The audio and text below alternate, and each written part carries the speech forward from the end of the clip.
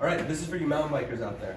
So first thing when you bring in a mountain bike after a hard season of riding, I like to check the compression on a fork and a rear shock to see if the suspension is working as it should. It looks like the suspension definitely could use 200-hour service at the bare minimum, so I'd recommend suspension service. Now moving on, I like to check the drivetrain next. I usually run through the shifting and then also check the chain wear.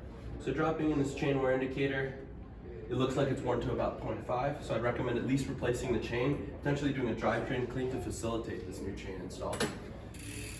Spinning the wheel, I can already see an obvious side-to-side hop in the wheel, which tells me that this could use at least a basic wheel true. After evaluating the tension, it might even need an advanced wheel true. Moving up to the front of the bike, as you can see here, there's a cable fraying quite poorly on this dropper cable and housing line. I'd recommend replacing the cable and housing set to make sure, one, that this isn't pinching you, and two, that the dropper continues to work well for the lifetime of the bike.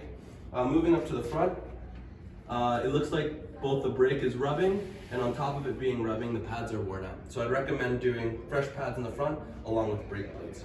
Now on a bike like this, where we're evaluating the suspension, the wheels, the drivetrain, the brakes, we're covering everything on this bike. This is your full encompassing, once a year, do everything, make it brand new tune. And for that, I'd recommend doing the Keg